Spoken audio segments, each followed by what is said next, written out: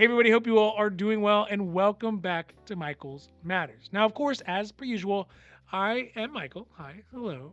And today, as it sits at the beginning of June, the debt ceiling debate has finally ended with the passage of the Fiscal Responsibility Act of 2023. And luckily, it ended in the way that we all had hoped. We all had our fingers crossed, especially for those folks who could have been in for some real rough next few months if the government did end up shutting down. And by that I mean our friends and our neighbors and our family members across the country who rely on Social Security benefits to pay their rents, to pay for things like medications and healthcare and food and all those other things that are required for daily life. This could be for any of the iterations of Social Security. So whether it is Social Security Retirement, Social Security Survivors, Social Security Disability SSDI, Supplemental Security Income SSI, or Railroad Retirement and VA benefit. But even with the debt ceiling issues resolved, at least for the next 2 years, it still leaves Social Security and Social Security beneficiaries in a rather precarious position. One, because Republicans, like the Speaker of the House, Kevin McCarthy, are back to banging the drum of finding alternative ways to cut down on budgets and resources for retirement programs like Social Security and Medicare. And also, deep in the debt deal itself, there are mechanisms to further exacerbate Social Security's current financial problems. So today we're talking about how the debt ceiling deal is still going to hurt Social Security and Social Security beneficiaries, and how cutting Social Security benefits, at least to Republicans, is never really, truly off the table. Now, this is Michael's Matters, and before we get to it, if you like these videos, if you find them interesting, if you find them helpful, or hey, even if you find them useful, please don't forget to like and subscribe, because it does really help the channel to grow, and we super appreciate that. But also, you get notifications when our newest and most informative videos become available. All right, now let's get down to the video. All right, so let's start today by talking about really the least surprising and probably the most quixotic pursuit of the Speaker of the House, Kevin McCarthy, which is to find a way to cut some of the most popular, the most successful programs in the history of the United States and maybe in the history of the world. That is Social Security and Medicare. With the whole debt ceiling government crash situation done, at least for now, and Congress moving back to their normal day-to-day business, Speaker McCarthy went on Fox News, announced that he was going to put together a commission to look at a way to cut the mandatory spending portions of the U.S. budget that were walled off, quote unquote, from Republicans even looking at during the debt ceiling debate. In fact, Speaker McCarthy had said that the Biden administration had walled off all but 11% of the federal budget to even be seen by Republicans. Now, if we could pause here for a second, because this is such a weird way of putting this. He says he saw all but 11% of the budget. It's important to note that this is not a flub. Congress people in Congress, I guess is how you say that, senators, these folks are master communicators. They wriggle and they obfuscate and they do verbal sleight of hand and verbal judo all the time to make their points and to be technically correct and also avoid as much criticism as possible. And I think this is the case in this situation, which sort of makes it disingenuous. So why didn't you just say, hey, we didn't see 89% of the budget? I think the reason is because some of that 89% of the budget that was walled off also included things that Republicans would have never considered cutting themselves. So it's stuff that they wanted to be walled off. If we look at mandatory spending from the CBO or the Congressional Budget Office, who is the government office, it's bipartisan, who checks these things, we can see that some of the cost includes $140 billion for things like veterans' income security payments, as well as $72 billion for military spending, and even $200 billion for some pandemic spending that benefited corporations and Republican interests. Of course, that being said, the largest portion of the U.S. mandatory programs are still going to be programs like Medicare and Social Security at $2 trillion, and the Earned Income Tax Credit and SNAP and food stamps program at $252 billion and $149 billion, which again, all do actually disproportionately affect older Americans who tend to use them. One last thing that is really important to note here is that if there is a commission, if it does actually get constructed, it is supposed to be bipartisan. It would hypothetically have people from both Republicans and Democrats on it. And presumably, they would not be the folks from the far corners of each of those parties, but would be more the centrist, middle Democrats and middle Republicans. And despite all the hype and all the extremes and all the grandstanding that we see, there is still quite a few of those centrist Republicans and Democrats on both sides. I mean, just look at the most recent vote roster for the fiscal responsibility bill. There's 149 Republicans and 165 Democrats who voted for it. So there is, in my mind, actually hope for collaboration. I mean, even if we look at the party lines, they are much more kind of jagged rather than a straight in or out kind of line. I mean, there are definitely Republican congresspeople who, if they were in less liberal states than, for example, California, they might even be Democrats, and vice versa. There are Democrats like Henry Cuellar from the Texas 28th or Sanford Bishop from the Georgia 2nd congressional districts who are members of the Blue Dog Democrats. I always like that name.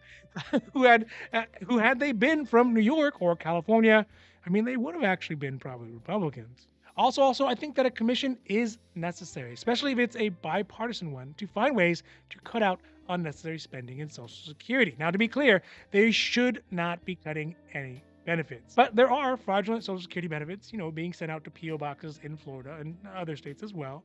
There is definitely wasteful spending. And I'm sure they can even find something as simple as cutting down from 3-ply toilet paper in the Social Security bathrooms to 2-ply. I mean, you still got to treat them like humans, right?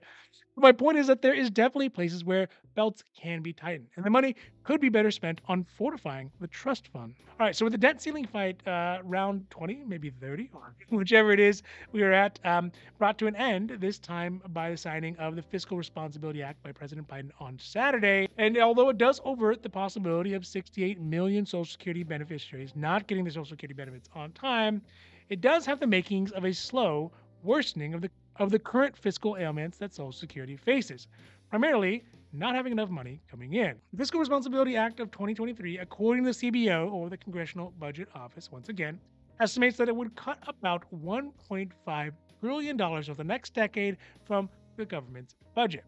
One of the biggest slow bleeds that the new legislation has built into it, though, is a cut in the newly acquired $80 billion allowance that was set aside to beef up the IRS to go after tax dodgers. How this directly relates to Social Security is that Social Security is funded primarily through payroll taxes. It's one of the biggest reasons why the amount of money that you get paid on your paycheck looks very different than the amount that actually ends up going in your pocket. So every time anyone in the US gets paid, a portion of that goes into the Social Security pool that is drawn upon by current Social Security beneficiaries. So for example, I get taxes taken out of my paycheck, that goes into the pool, and a Social Security beneficiary gets it paid out for their monthly benefits. And then they use it to pay for rent and healthcare and the daily cost of living. Having a more muscular IRS to go after businesses who are using some, we'll call it accounting chicanery to avoid these taxes, would put millions, if not billions of dollars back into Medicare in the long run, which at my age, the long run SSA benefits are of a particular concern. So that is the first way. But the second thing that is considerably more insidious is the part of the deal that allows new limitations to be put on programs like SNAP and food stamps that would directly affect older Americans, many of whom are going to be on Social Security benefit. Because in the bill, the Democrats conceded to allow new work requirements of people receiving food stamps benefits up to the age of 54 years old. Previously, it was only applied to people between the ages of 18 and 49 years old. This change will be particularly rough for the millions of new Social Security beneficiaries who are in their late 40s and early 50s, who are eligible for Social Security Disability SSDI, but are waiting to get all the bureaucratic paperwork done. So even though anyone on SSDI is exempt from food stamps and work requirements, that doesn't apply to people who are in the process of getting SSDI. And we know that the wait time to get through the process for SSDI can literally be years. Especially concerning is the fact that in the 40s and 50s, where this new bill changes it to, is the biggest time frame where there is increases in SSDI benefits by age. The disheartening thing about this is going to be the juxtaposition of giving up on older Americans who need to eat and may be disabled in exchange for those who need benefits to live right now. That is really the ugliest position that Republicans put Democrats in.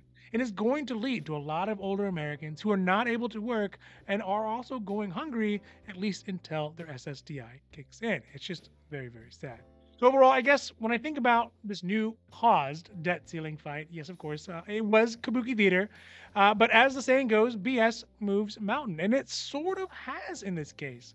But also, we are sort of right back to where we started before the debt ceiling fight happened. Social Security is still on track to not be able to pay out benefits in full, at least as early as 2035.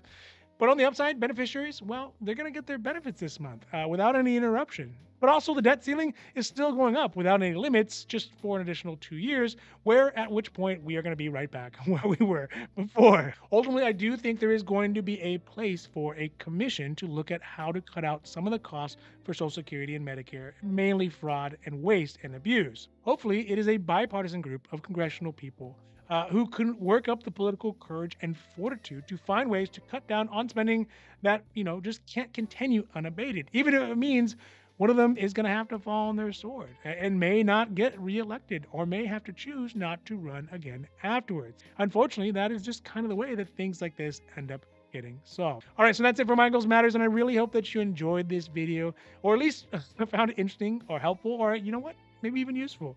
And if you did, please don't forget to like and subscribe, because it really does help the channel grow. And also because you get updates when our newest and most informative videos become available.